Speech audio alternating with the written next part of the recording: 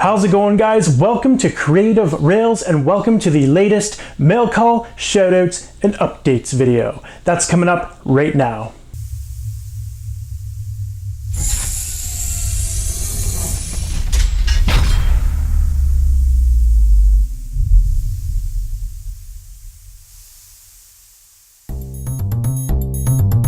Okay, welcome back, guys. It's so good to have you here. It's been a while. I know I've been on a bit of a hiatus. It's a long story.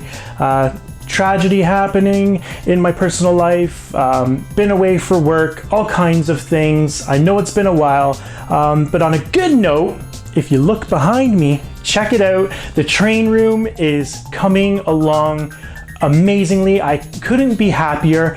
So for sure, next week, we're gonna talk about that. That's gonna be my next upload, where I'm gonna give you a tour of the new train room, how it's coming along, and of course, the layout. Now, for this episode, I'm not gonna do my traditional style of shout out, so I apologize for that. It's just because I'm doing a couple of shout outs before, and we got kind of a lot of stuff to catch up on because it's been so long. So first of all, I'd like to give a shout out to my old pal, Wilmer of Indian Head Valley Railroad. Wilmer, once again, thank you so much for helping me out and being behind me and having my back while I was going through what I went through when I lost my friend a while back there, just for covering the live stream for me and for just giving me the moral support. I really appreciated that, man. So it's really cool. It's really cool to see what's happened here on YouTube, the friends that you can make. It really, it's blowing my mind. And Wilmer, you're at the very top of my list, as you know. I also want to give you, because I haven't really talked to you, a huge shout out and a huge congratulations on your 50th episode. I realize now that was about 3 weeks ago, I believe, but I mean, still, it's so awesome. You did such a great video. The video that you put together, it was so nice to see. It would have been so much work doing all that editing. So you guys watching, if you haven't seen that, be sure to go on over to Indian Head Valley Railroad and check that out. It's such a cool video. So congratulations once again, Wilmer. The other person I want to give a big shout out to is John Abetacola of TSG Multimedia. I absolutely cannot believe that he took the time out of his busy schedule to host the 5th Tuesday of the On Track Tuesday for us in July. Absolutely amazing. He did an incredible job. It was so cool to watch, to hear On Track Tuesday on his big channel. It was just awesome. It really meant a lot that you did that, John. Thank you so much. And I also want to thank Tom Pilling too for putting that all together. That was all Tom Pilling that threw that together. So thank you so much, John. Once again, great show. Really appreciate it. So I'm sure everybody here knows who TSG Multimedia is. Of course, if you don't, go on over and check it out. Amazing channel, like live train videos, layout tours, how-to videos, just probably top notch, probably the best on YouTube. I really mean that. It's absolutely amazing. So with that kind of wraps up my shout out section, because I want to get into this part. It's really, really exciting. Yeah, I heard it. I know I heard it. Here she comes. Yeah, here she comes. There she is, guys. You know what that means. It is time for the mail call. So the reason why I'm doing this mail call right now is because it's kind of with some other news. The first thing I want to show you guys, and this is kind of another shout out, it's going out to Go Via or Go Home, Chris from over there. He did a live show and it was about Rapido. So he had Mark from M&M Rails and he also had another guest on there, and they were talking about Rapido. And something funny that happened, I have been looking for this particular item for a long time, and this came up on the show. They were talking about it. It was a time when I was away. I was working away for work. So I was watching that, and they're talking about how if you miss something by Rapido, something that gets released, it's hard to get it after. So they inspired me right after. I go on eBay, and you know what? I'm gonna run this beef footage right now, and you can see for yourself what I got.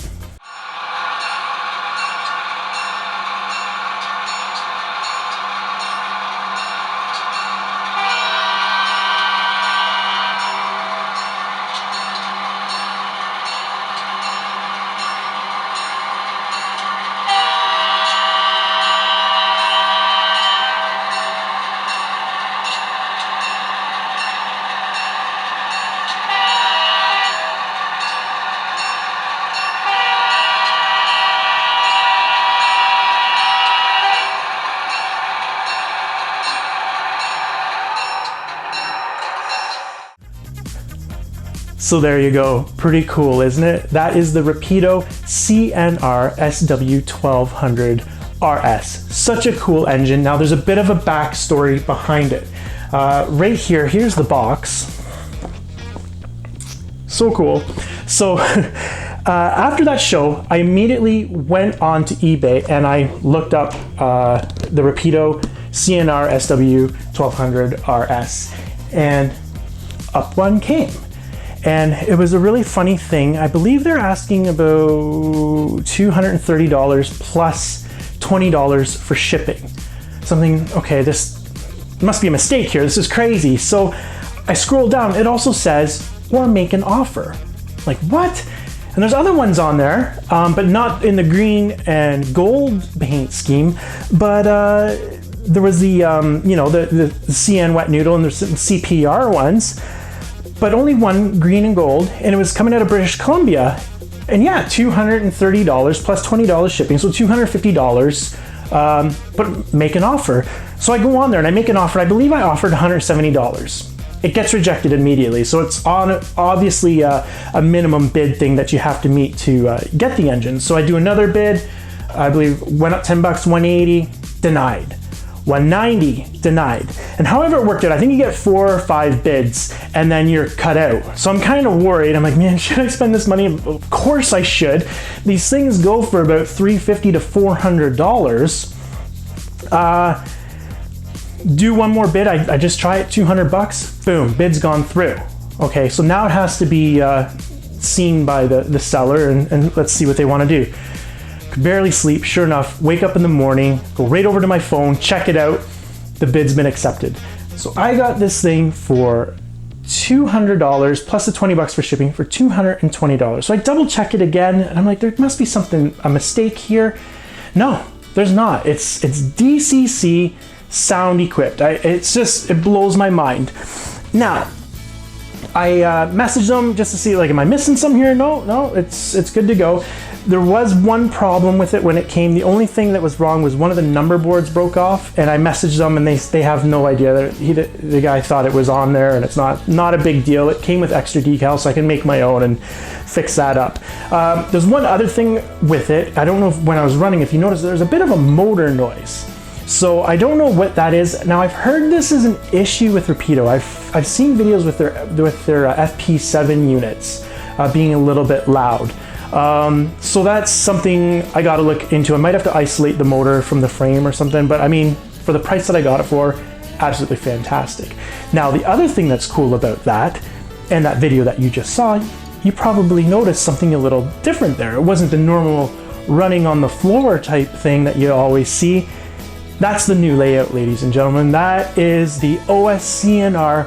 It's up and it's running. So as you can see, maybe taking a bit of time off from this has been good, because I've got so much work done. I've got the main room pretty well done, trim and painted, lights in, stuff all around. You can see my new display shelf behind me. I've got the glass ordered, put in, stuff all around. And so the first level of the OS CNR, the first starting point, the first town called Chesley, it is now in. Or anyways, the bench work's in and the track work is in.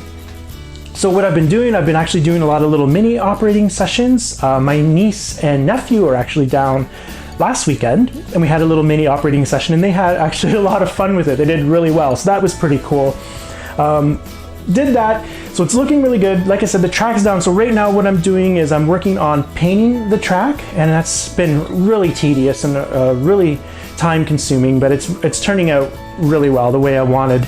And I'm also just starting to move on the ballast. So if you tune in to On Track Tuesday tomorrow night, I'm going to talk about this first town called Chesley. Originally I was going to do the town called Tara, but now I've switched it to Chesley, and I'm really glad that I did, and I'm going to explain all that on there. So the second thing I want to show you for the mail call is this water tower. And this is from Tishi Trains. You guys know I love Tishi. And yeah, really cool. Again, looks like a bit of a difficult kit, but I've checked it out and it doesn't look too bad. So there's a number of industries in Chesley, and this tower is going to go with a factory called the Krug Brothers Furniture Factory. And again, I'll explain that all tomorrow night on Track Tuesday. But yeah, I bought that for that. I've also got a set of, got a number of these. You can see those, they're arch top windows. These are going to go into all the scratch built buildings that I'm doing, all the factories. A lot of the industries look very similar window pattern, just slightly different brick colors. But that's all being scratch built, and I'm going to talk a little bit about that tomorrow as well on Track Tuesday. Another thing that came in, I got a 3-pack. I bought 2 of these years ago, and they're really hard to come by, and they go really fast. It's the AccuRail 36-foot Fowler wood boxcar, and this is what they look like. Right there, Canadian National. So these were a 3-pack. They're a little bit expensive by the time you paid for the exchange rate and shipping and all that, but I mean, it's worth it. It's like we were talking about with Rapido. Once you miss it, you miss it. Hobby shops are sold out of these. They're hard to find. I checked a few hobby shops and they didn't have them. So I went right to AccuRail themselves and got them shipped. So they're really easy to put together. They'll be up and running very soon. The other thing, on the last time I did one of these videos, I talked about some cars I bought from Tishi, and the first one I decided to do was the outside brace CPR USRA clone, and this is it here. It's coming along really good. Not too bad. It's not too bad. It's difficult because all these little ribs are cut out separately, so you got to cut them off, the sprue, sand them, glue them in, but honestly, you follow the instructions. My biggest thing is kind of look through the instructions all together, and then later on in the instructions there's pictures of the underside detail, which will help you, because I did make a little mistake on here. Not a big deal, but I mean, I will have to fix it. But just a little word of advice, look ahead a bit in the instructions and just make sure you kind of follow the pictures. So with this, next step, I've got to do the top, and I got to do the brake stuff on the bottom, the brake detail. And then it's really grab irons, and then off to paint and decaling. So yeah, pretty cool. I've been really enjoying this. And I'm pretty sure when this is done, it's gonna look really cool. Now, for any of you guys wondering what Fowler is, that's a very Canadian term, it seems like. Fowler is something you hear a lot. And it seems like Canadian wood box cars are called that a lot, Fowler. Now, when I looked up Fowler, because I really wanted to know, because even our stock cars are called Fowler stock cars a lot. All that is, it was actually the patent.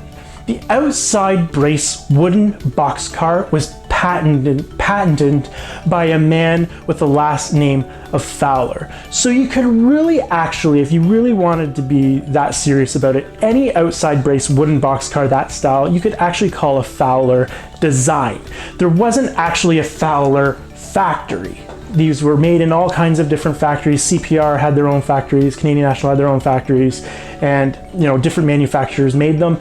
It's a Fowler design, it's a Fowler patent. Okay, so just a little tidbit of information for you. So I think that's it, you guys, for the mail call. Like I said, the updates, don't miss On Track Tuesday tomorrow night. I'm going to be talking about that first town on the layout called Chesley.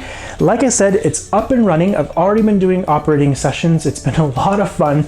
It's really cool. It's really interesting how I'm seeing when you do switching on it.